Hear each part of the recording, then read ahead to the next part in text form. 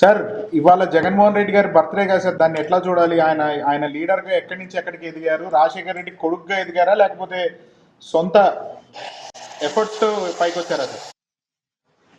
YS Jaganmohan Reddy గారి జన్మదినం ఈరోజు. వారిని అభిమానిస్తున్నటువంటి అశేష అభిమానులకు, వైఎస్ఆర్ కాంగ్రెస్ పార్టీ కార్యకర్తలకు హృదయపూర్వక జన్మదిన శుభాకాంక్షలు. వైఎస్ జగన్మోహన్ రెడ్డి గారు భారత రాజకీయాల్లో ఒక ఎగిసిపడిన కెరటం. ఖచ్చితంగా జగన్మోహన్ రెడ్డి గారితో రాజకీయంగా విభేదించే అంశాలు ఉంటే ఉండొచ్చు, ఆయనతో విభేదించవచ్చు, ఆయన ప్రయాణం పట్ల, ఆయన అనుసరించిన పాలసీల పట్ల భిన్నాభిప్రాయాలు ఉండొచ్చు. ఈరోజు జన్మదినం కాబట్టి ఆయనలో ఉన్న సానుకూల అంశాలు, ఆయన నుంచి మనం నేర్చుకోదగిన అంశాల వరకు నేను ప్రస్తావిస్తాను. వైఎస్ జగన్మోహన్ రెడ్డి గారు రాజకీయ ప్రస్థానం ప్రారంభం, ఆ తర్వాత ఎదుగుదల, మళ్ళీ ఇప్పుడు ప్రతికూల పరిస్థితి, ఇవన్నీ చూసినప్పుడు జగన్మోహన్ రెడ్డి ఎప్పుడు కూడా ఎదురీది నిలబడ్డాడు. ఎదురీది నిలబడడం అంత సులభం కాదు. ఎదురీదడం ప్రమాదకరం, కొన్ని సందర్భాల్లో నష్టం కూడా చేస్తుంది. ఆ ఎదురీతలో గెలిచినోడు హీరో అవుతాడు. అలా హీరో అయిన వ్యక్తే జగన్మోహన్ రెడ్డి. జగన్మోహన్ రెడ్డి గారు రాజకీయంగా తన జీవితం ప్రారంభం వైఎస్ రాజశేఖర రెడ్డి కొడుగ్గా ఎంపీగా గెలిచుండొచ్చు. అప్పుడు ఆయన పెద్ద ఎక్స్పోజింగ్ కాదు, ఏదో వైఎస్ రాజశేఖర రెడ్డి తన కొడుకుని రాజకీయాల్లో తీసుకొచ్చాడు అంతే. కానీ నిజమైన రాజకీయంగా పుట్టింది ఆయన రాజశేఖర రెడ్డి గారి మరణం తర్వాత. ఆయన రాజకీయ వారసుడిగా ప్రారంభం, ఆ తర్వాత ఎదుగుదల, ఆ తర్వాత ఈ ప్రస్థానాన్ని మనం చూడాలి. వైఎస్ జగన్మోహన్ రెడ్డి గారు ప్రారంభంలోనే చాలా తీవ్రమైన క్రైసిస్ని ఎదుర్కొన్నాడు. ఒక రాజకీయ నాయకుడికి ఈ రోజు కూడా ఆయన ఇబ్బంది పడుతున్నాడు. అంటే వాయిదాలకు పోవడం, బెయిలో, జైలో, ఇది కాదు ఆ ముద్ర. జగన్మోహన్ రెడ్డి గారు రాజకీయంగా నిజమైన రాజకీయ పార్టీ నాయకుడిగా పుట్టింది జైలుతోనే ప్రారంభమైంది. ఆ జైలు అంటే ఇప్పుడు ఆయన మీద 16 నెలలు జైల్లో ఉండడం అనేది, ఈ రోజు కూడా జగన్మోహన్ రెడ్డి గారు జైలు, బెయిలు, అవినీతి కేసులు చుట్టూ ఆయన ఇంకా ఇబ్బంది పడుతున్నాడు. అది తేలేంత వరకు ఆయన ఇబ్బందులు, ఆ విమర్శలు గురవుతుంటాడు. ఒక రాజకీయ నాయకుడికి ఎదుగుదలకు, తమ రాజకీయంగా తమకున్న గాడ్ ఫాదరు, తమ చరిత్ర, ఇది అసెప్ట్ అవ్వాలి. కానీ దురదృష్టవశాత్తు జగన్మోహన్ రెడ్డి గారికి అవినీతి కేసులతోనే ఆయన జీవితం ప్రారంభమైంది. అది చాలా క్రైసిస్. పార్టీ పెట్టక ముందుగానే 16 నెలల్లో జైల్లో, వరుసగా జైల్లో ఉన్నాడు. ఇంట్లో ఉన్న వాళ్ళందరూ మహిళలు, విజయం గారు కావచ్చు, షర్మిల గారు కావచ్చు, భారతి గారు కావచ్చు. వీళ్ళు ముగ్గురు మహిళలు బయట ఉన్నారు, ఆయన లోపల ఉన్నాడు. పార్టీ బతుకుతుందో సస్తుందో ఏమీ తెలియని పరిస్థితి. జగన్ గారు నిలబడగలడా, పడిపోతాడని పరిస్థితి. ఇట్లాంటి దశ నుంచి ఒక ఎగిసిపడిన కెరటంలాగా నిలబడమే కాదు, జైల్లోనే ఉంటూ తన చెల్లిని, తన భార్యని, తన తల్లిని ముందు పెట్టి వాళ్ళ వాయిస్గా ముందుకు తీసుకొచ్చి తను నిలబడడం అనేది రాజకీయాల్లో బహుశా భారత రాజకీయ చరిత్రలో ఎవరు ఆ సాహసం చేయలేదు. ఇంకొకరైతే రాజీ పడిపోయింటారు, లేకపోతే రాజకీయాల చిత్ర అయిపోయి వ్యాపారాలు చేసుకుంటారు. ఆయన నిలబడ్డాడు. ఆ రకంగా మొండిగా నిలబడమే ఆయన హీరోని చేసింది. అని ముందు చెప్పాను కదా, ఎదురీత అనేది రాజకీయ నాయకుడిని రాటుదేలనిస్తుంది, సమాజంలో హీరోని కూడా చేస్తుంది. ఆ ఎదురీతలో నెగ్గితే సక్సెస్ఫుల్ పొలిటీషియన్ కూడా అయ్యే అవకాశం ఉంది, హీరో అవుతారు. ఆ హీరోయిజం జగన్మోహన్ రెడ్డిలో కనపడింది.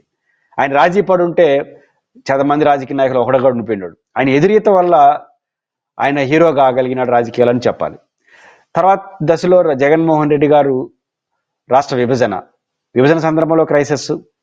ఒక పక్క తెలంగాణలో ఆయనకు అశేష అభిమానులు ఉన్నారు, ఆంధ్రప్రదేశ్లో అభిమానులు ఉన్నారు. దీన్ని ఎట్ట బ్యాలెన్స్ చేయాలి? ఆ సందర్భంలో కూడా ఆయన డిప్లొమాటిక్గా ఏదో తప్పించుకునే ధోరణి కాకుండా డైరెక్ట్గా సమైక్యవాదం అన్నాడు. అది కూడా ఎదురైతే ఆ రకంగా తెలంగాణలో చాలా ఇబ్బంది పడాల్సిన పరిస్థితి, దాన్ని నిలబడ్డాడు. ఆ తర్వాత విభజన నాటికి జగన్మోహన్ రెడ్డి గారు హీరో రాష్ట్రంలో.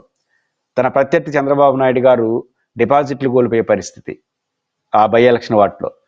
అట్లాంటి దశ నుంచి విడిపోవడంతో ఒక అనుభవం ఉన్న వ్యక్తి కావాలి అనే ఉద్దేశంతో ప్రజలు టర్న్ అయిపోయి జగన్మోహన్ రెడ్డి గారు మళ్ళీ ఇంకోసారి గెలిపిద్దాం చంద్రబాబు నాయుడు, ఆ రకంగా అవకాశాన్ని కోల్పోయినాడు. ఆ రకంగా 10 ఏళ్ళు క్రైసిస్, మళ్ళీ ఒక 5 ఏళ్ళు ప్రతిపక్షం. ఆ ప్రతిపక్షంలో ఉన్నప్పుడు 23 మంది ఎమ్మెల్యేలు ఇటువైపు వెళ్ళిపోవడం, ఇంకా జగన్మోహన్ రెడ్డి పార్టీ నిలబెడతాడా, బతకతారా రాజకీయంగా అనే భయం. మళ్ళీ ఒక క్రైసిస్, దాన్ని ఎదుర్కొన్నాడు. ఎక్కడ రాజీ పడాలి? 23 మంది పోతే ఒక్కరి దగ్గరకు కూడా వెళ్ళి ఆలోచించండి, చూద్దామని రిక్వెస్ట్ చేయాలి. పోయేవాళ్ళు సంబంధం లేదు, నాతో ఉన్న వాళ్ళే నాతో చివరి వరకు నడుస్తా అని నిలబడడం అనేది జగన్మోహన్ రెడ్డి గారు గట్స్ ఫీలింగ్ తెలియజేస్తున్న. ఆ రకంగా నిలబడ్డాడు. దాని అన్నిటి ఫలితం అందరూ ఏకమై తన వ్యతిరేకంగా ఉన్న 2019 ఎన్నికల్లో అనూహ్యమైన విజయాన్ని ఆయన సాధించాడు. ఖచ్చితంగా ఈ జగన్మోహన్ రెడ్డి గారు సాధించిన విజయం. ఆ తర్వాత జగన్మోహన్ రెడ్డి గారు 5 ఏళ్ల పరిపాలన. ఇక్కడ 2 అంశాలు ఉన్నాయి.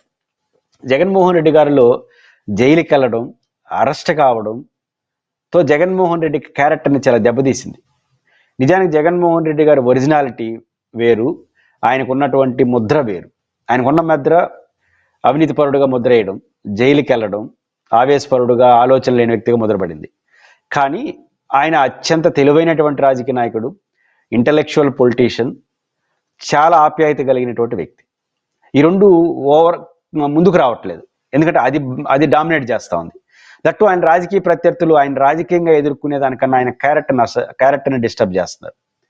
ఒక వ్యక్తి చెప్తున్న విషయాల కన్నా ఆ వ్యక్తిలోని క్యారెక్టర్ని కొన్ని మీడియా సంస్థలు, కొన్ని రాజకీయ పార్టీలు పదే పదే జగన్ క్యారెక్టర్ జోలికి వెళ్తున్నారు, కానీ ఆయన క్యాలిబరీ కోసం ఎవరు వెళ్ళట్లేదు. కారణం ఏంటంటే ఆయన క్యాలిబరీ కోసం వెళ్తే ఎదుర్కోలేరు. అందువల్ల షార్ట్ కట్ మెథడ్లో ఆయన క్యారెక్టర్ మీద పోయినారు. క్యారెక్టర్నే డామినేట్ చేస్తున్నారు. దాన్ని కుటుంబ సభ్యుల్ని, సతీమణిని, అందరినీ డ్యామేజ్ చేసే ప్రయత్నం చేశారు. వీటన్నిటిని ఎదుర్కొంటున్నాడు. దీని మాటున జగన్మోహన్ రెడ్డి ఒరిజినల్ కెపాసిటీ బయటికి కనపట్లేదు చాలా సందర్భాల్లో. నేను వ్యక్తిగతంగా ఒక సందర్భంలో కలిశాను, రెండో సందర్భంలో కలిశాను. నీటి ప్రాజెక్టుల గురించి రాయలసీమ యాంగిల్లో మాట్లాడినప్పుడు నేను ఊహించలేదు జగన్మోహన్ రెడ్డి గారు నీటి ప్రాజెక్టుల గురించి. నేను ఒక 10 ఏళ్ళు స్టడీ చేస్తే కానీ ప్రాథమిక అవగాహన రాలేదు నాకు. అలాంటిది జగన్మోహన్ రెడ్డి గారు అప్పుడు ప్రతిపక్ష నాయకుడు, ముఖ్యమంత్రి కూడా కాలేదు. ఈ ప్రాజెక్టులు ప్రకటిస్తే నేను ఆశించింది ఆయన ఏంటంటే, జగన్మోహన్ రెడ్డి గారు నేను చేస్తాను, వచ్చే ఎన్నికల్లో మీరు చెప్పింది అంటాడేమో అనుకున్నా. అందుకు భిన్నంగా మరింత లోతుల్లోకి వెళ్ళి నేను 5 నిమిషాలు ప్రశ్న అడిగితే 10 నిమిషాలు వాటర్ ప్రాజెక్టు గురించి, గోదావరి నది, అది పుట్టుక, పెరుగుదల, అడ్వాంటేజ్లు, డిసడ్వాంటేజ్లు, వాళ్ళ నాన్న రాజశేఖర రెడ్డి గారు దుమ్మగూడెం మొత్తం డీటెయిల్గా మాట్లాడినాడు. నాకు అప్పుడు షాక్ అయ్యాను. నిజానికి జగన్మోహన్ రెడ్డి గారి పట్ల నాకున్న ఆ రోజుకున్న అభిప్రాయం కూడా ఒక ఆవేశపరుడు, అవినీతి ముద్ర ఉన్న వ్యక్తి, ఆలోచన లేని వ్యక్తి, ఏదో రాజశేఖర రెడ్డి ఎమోస్తో కొట్టుకొచ్చేస్తానని అనుకున్నాను నేను కూడా. కానీ ఆ రోజు నేను హైలీ ఇంటలెక్చువల్ పొలిటీషియన్, ఆయనకి చాలా విషయాల పట్ల ఆయనకంటూ సొంత అభిప్రాయం ఉంది, నాలెడ్జబుల్ పొలిటీషియన్ అనేసి ఆ రోజు అర్థమైంది. ఆ తర్వాత ఆయన 5 ఏళ్ల పరిపాలన కూడా అది కనపడింది. ఆయన పరిపాలనా పద్ధతితో విభేదాలు ఉండొచ్చు, కానీ ఆయన పరిపాలనా పద్ధతి ప్రతిదానికి ఒక ఫిలాసఫీ ఉంది. ఆయన ఫిలాసఫీతో విభేదించవచ్చు. ఉదాహరణ నిరుద్యోగ పని ఉంది. నిరుద్యోగ వృత్తికి సంబంధించి 2,000 ఇచ్చి వదిలేశారు, చాలా తక్కువ మంది. కానీ జగన్మోహన్ రెడ్డి గారు ఇంకొక 3,000 అదనంగా ఇచ్చి 5,000 ఇచ్చి వాళ్ళకన్నా ఎక్కువ ఇచ్చి వాళ్ళందరినీ పనిలో పెట్టినాడు. అంటే నిరుద్యోగ వృత్తికి కూడా 3,000 రూపాయలు అదనంగా ఇచ్చి అకౌంటబిలిటీని తీసుకొచ్చాడు. వాళ్ళని సామాజిక బాధ్యతలను చేశాడు. అది ఫెయిల్ అయి ఉండొచ్చు, కొన్ని సందర్భాల్లో నెగిటివ్ పోయి ఉండొచ్చు. కానీ ఆ ప్రయత్నం ఎట్ట చూడాలి మనం? జగన్మోహన్ రెడ్డి గారు అధికారంలోకి వచ్చిన వెంటనే ఈ రాష్ట్రంలో ఎవరూ చేయని సాహసం చేసింది ఏంటంటే 5 ఏళ్ల పాటు తాను పరిపాలించుకున్న పద్ధతుల్ని ముందు పెట్టుకున్నాడు. ఆ పరిపాలన పద్ధతులకు ఒక అడ్మినిస్ట్రేషన్ ఏర్పాటు చేసినాడు. గ్రామ సచివాలయం కావచ్చు, అందుకు 1,30,000 మంది ఎంప్లాయీస్, 2 లక్షల చిల్లర మంది వాలంటీర్లు, ఒక సమాంతర ప్రభుత్వ వ్యవస్థను సృష్టించి తన 5 ఏళ్ల పరిపాలనకు ఒక మార్గాన్ని, దానికి ఏజెన్సీని ఏర్పాటు చేసి సాఫీగా బండి నడిపించాడు. కరోనా టైంలో జగన్మోహన్ రెడ్డి గారు ఎంత మొండిగట్టం, ఎంత దూరదృష్టిగా ఉంటా అంటే, కరోనా టైంలో ఆయన చెప్పిన మాట, పారాసిటమాల్ భయపడాల్సిన అవసరం లేదు, కరోనాతో సహజీవనం చేయాలి. ఈరోజు నిజం కాదా? ఐక్యరాజ్య సమితి తర్వాత జగనే చెప్పినాడు, ప్రపంచ ఆరోగ్య సంస్థ తర్వాత ఆయనే చెప్పినాడు, WHO తర్వాత. ఎందుకంటే నిజం కదా, మళ్ళీ తేలింది ఏంటి? మన అందరూ కరోనాతో సహజీవనం ఆ రోజు చేస్తాం, ఈ రోజు కూడా చేస్తాం, చేయక తప్పదు అని చెప్పి ఆ రోజు చెప్పినప్పుడు అందరూ ఎటకారం చేశారు. ఆ గట్స్, ఆ దూరదృష్టి జగన్మోహన్ రెడ్డి గారికి ఉంది. At the same time paracetamol చిన్న మెడిసిన్తో పరిష్కారం అవుతుంది, అదే జరిగింది చివరికి. ముందస్తు జాగ్రత్తలు తీసుకోవడం, ట్రేస్ అవుట్ చేయడం, ముందస్తు జాగ్రత్తలు తీసుకోవడం, పారాసిటమాల్ లాంటి చిన్న మందులతో బాగా అయిపోతుంది. అనివార్యంగా మనం దాంతో సహజీవనం చేయాలి, కాబట్టి జాగ్రత్తగా ఉండాలి. చాలా అద్భుతంగా ఒక డాక్టర్ చెప్పినట్టు చెప్పాడు. అంటే ఈ విషయం అందరికీ తెలుసు, కానీ ఆ సాహసం ఎవడు చేయడు, ఎందుకంటే భయం, ఏమంటారేమో అని. కానీ జగన్మోహన్ రెడ్డి గారు ఎప్పుడు భయపడు, తాను నమ్మిన విషయాన్ని అమలు చేసే విషయంలో జగన్ ఎప్పుడు భయపడడు. అది జగన్మోహన్ రెడ్డి గారికి ఉన్నటువంటి ఖచ్చితంగా క్యారెక్టర్. కానీ దురదృష్టవశాత్తు ఆయన పైన పడిన కేసులు, ఆ 16 నెలలు జైల్లో ఉండడం, ఆయన ఎక్కువ మందితో మాట్లాడకపోవడం, ఎక్కువగా ప్రెస్ ముందుకు రాకపోవడం వల్ల జగన్ అంటే 16 నెలలు జైలు, జగన్ అంటే అవినీతి కేసులు, జగన్ అంటే ఆవేశపరుడు, జగన్ అంటే ఎవరితో మాట్లాడు, ఇది ఎక్స్పోజ్ అయిపోయింది. దానితోడు పత్రికలు ఇవన్నీ ఇచ్చాయి. ఖచ్చితంగా జగన్మోహన్ రెడ్డి గారి జన్మదినంలో ప్రస్తావించుకోవాల్సిన ఇంకో అంశం ఆయన కుటుంబాన్ని ఇచ్చిన సపోర్ట్. నిన్న ఒక విలువైన మాట చెప్పాడు ఆయన. అనంతపురం జిల్లా కార్యకర్తల సమావేశంలో, మీ పైన దాడులు జరుగుతాయి, మీ పైన కేసులు ఉంటాయి, అయినప్పటికీ కూడా మీరు నన్ను చూడండి, నా శ్రీమతిని గుర్తు చేసుకోండి అన్నాడు. అంటే భారతి గారిని. ఎందుకన్నాడు? నేను 16 నెలలు జైల్లో ఉన్నాను. అది ప్రతి కార్యకర్తకు ఒక మంచి మెసేజ్. ఎందుకంటే 16 నెలలు నేను కూడా జైల్లో ఉన్నాను.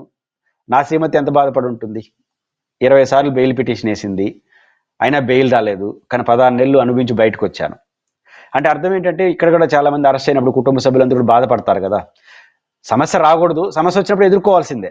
అదే ఆయన చెప్పదలుచుకుంది. అందుకని తన ఎదుర్కొన్న తీరు చెప్పాడు. తన భార్య తన కోసం 20 సార్లు బెయిల్ పిటిషన్ కోసం కడిన కష్టం, ఆమె ఎంత ఇబ్బంది పడి ఉంటుంది అనే విషయం చెప్పడం ద్వారా మీ కుటుంబ సభ్యులు కూడా భారతి గారిని చూసుకొని మీరు కూడా అట్లా ధైర్యం చేయండి అని చెప్పుకొచ్చాడు. అది 2 మెసేజ్లు ఆయనకు ఉన్నాయి.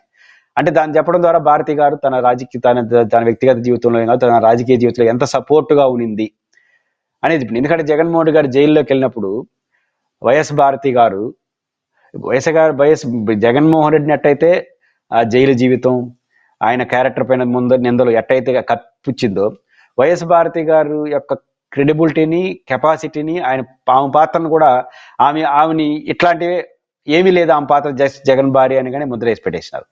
అందువల్ల ఇప్పుడు ఆమెను టార్గెట్ చేసుకొని జగన్ మీద యుద్ధం చేసే ప్రయత్నం కూడా కొంతమంది చేస్తున్నారు. ఎందుకంటే వైఎస్ భారతి గారు ఆ రోజు జగన్మోహన్ రెడ్డి గారు జైల్లో ఉన్నాడు, షర్మిల గారు పాదయాత్ర, విజయమ్మ గారు ధర్నాలు అట్లా వెళ్తా ఉంది.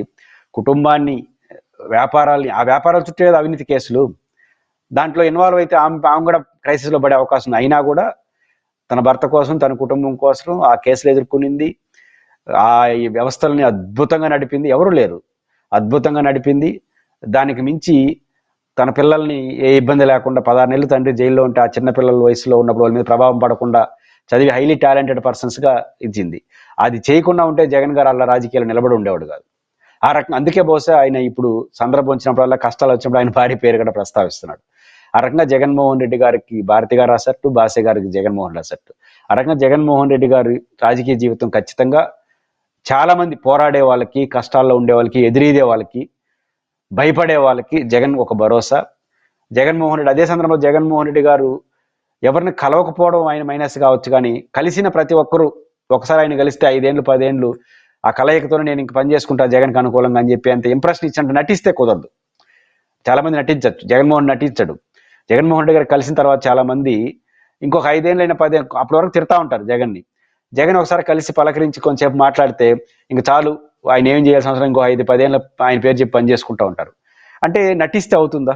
ఎక్కడో ఆయనలో హార్ట్ టచ్ క్యారెక్టర్ ఆయనలో ఉంది. అందువల్ల జగన్మోహన్ రెడ్డి గారు బర్త్డే సందర్భంగా ఆయన శుభాకాంక్షలు చెప్తూ, ఖచ్చితంగా జగన్మోహన్ రెడ్డి గారు తనకున్న హార్ట్ఫుల్ టచ్ని, ఆయనకున్న డెలివరీ కెపాసిటీని, ఆయనకున్న లీడర్షిప్ కెపాసిటీని, ఆయనకున్నటువంటి ఇంటలెక్చువాలిటీని పర్ఫెక్ట్గా ప్రజెంటేషన్ కూడా చేయడం ద్వారా, ఈ బర్త్డే ద్వారా ఆయన తెలుసుకోవాల్సింది ఏంటంటే ఆయన ఒరిజినల్ క్యారెక్టర్ని ఆవిష్కరించాలి. ఆయనే ఆవిష్కరించుకోవాలి, ఇంకోరు ఆవిష్కరించుకోవద్దు. ఆవిష్కరించడం అంటే విస్తృతంగా జనాన్ని కలవడం, విస్తృతంగా ప్రస్తుతం మాట్లాడడం, విస్తృతంగా జనాలను కలవడం. అంటే జనాన్ని బాగా కలిసేస్తాడు, వేలాది మంది కలిసిపోతాడు. కానీ తన చుట్టూ ఉన్న వాళ్ళని, తను ప్రేమించే వాళ్ళందరి నుండి జనాన్ని కలవడం ద్వారా, మీడియాని కలవడం ద్వారా, ఇది ఒరిజినల్ జగన్ క్యారెక్టర్. ఎందుకంటే ఈ ఓడిపోయిన తర్వాత ఆయన రెగ్యులర్గా మాట్లాడుతున్నాడు, ప్రస్తుతం హైలీ ఇంటలెక్చువల్గా మాట్లాడుతున్నాడు కదా చాలా విషయాల పట్ల. అది ఆయన క్యారెక్టర్ని పెంచుతుంది. కాబట్టి జగన్మోహన్ రెడ్డి గారు ఈ బర్త్డేలో ఆయన ఆవిష్కరించుకోవాల్సిందంటే నా ఒరిజినల్ క్యారెక్టర్ని ప్రజల ముందు ఆవిష్కరించాలి అనే వ్రతం తీసుకోవాలి. ఆయన తీసుకోవాలి, ఆయన పార్టీ అయినా తీసుకోవాలి. ఆయన పార్టీ చెప్తే జనంకి వాళ్ళ నాయకుడు కదా, వాళ్ళు అట్లా చూసుకుంటారు అనుకుంటారు. అట్లా కాదు, ఆయన ఆవిష్కరించుకోవాలి. అలా ఆవిష్కరించుకుంటే ఖచ్చితంగా జగన్ ఇంకా 20-30 ఏళ్ళు రాజకీయాల్లో ఉంటాడు. ఖచ్చితంగా ఈ దేశ రాజకీయాల్లో, రాష్ట్ర రాజకీయాల్లో ఒక పర్సనాలిటీగా తనకంటూ ఒక చరిత్రను నిరూపించుకున్నారు. ఖచ్చితంగా రాజకీయ చరిత్ర పుటలో జగన్ కంటూ ఒక ఖచ్చితమైన పేజీ ఉండేట్టుగా నిలబడ్డాడు అనేది మాత్రం ఈ బర్త్డేగా సందర్భంగా ఆయనకి చెప్పొచ్చు.